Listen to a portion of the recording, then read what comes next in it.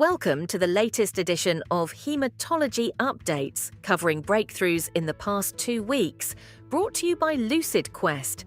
Pharma Essentia reports the FDA accepted the supplemental BLA for ropeginterferon alpha-2 BNJFT in essential thrombocythemia with a standard review, setting a PDUFA target of August 30, 2026. This submission is supported by the Phase 3 SURPASS-ET study and the confirmatory Phase 2b EXCEED-ET, with endpoints not specified in the announcement. Expect potential shifts in prescriber and payer evaluations once full data is available. Ipsen's BTN-3A antibody IPN 60340 received FDA Breakthrough Therapy designation in first-line unfit acute myeloid leukemia when combined with venetoclax and azacitidine. The designation is based on eviction phase 1-2 data, including a single-arm subset with the venetoclax and azacitidine regimen that showed encouraging response rates versus historical standards of care. This supports expedited development and broader modality investment. AbbVie and Genmab announced top-line Phase 3 results in relapsed or refractory diffuse large B-cell lymphoma. In Epcor DLBCL1, Epcoritamab improved progression-free survival versus physician's choice of R-GemOx or bendamustine and rituximab, with a hazard ratio of 0.74, while overall survival did not reach statistical significance, hazard ratio 0.96.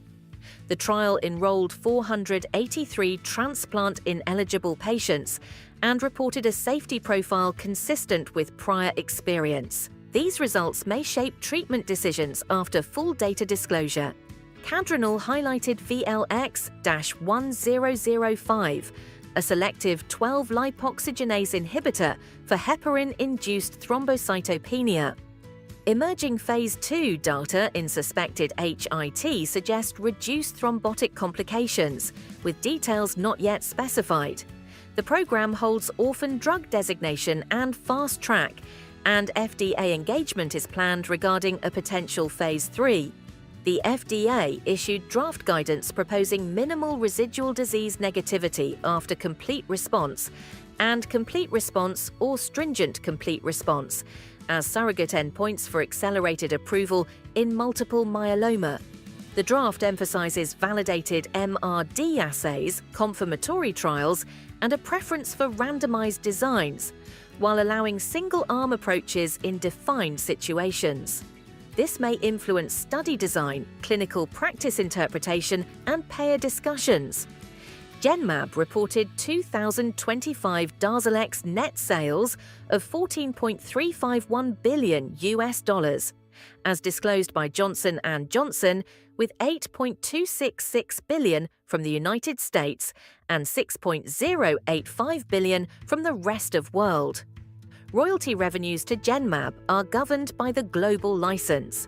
Continued growth across intravenous and subcutaneous formulations underscores the product's market momentum and competitive impact.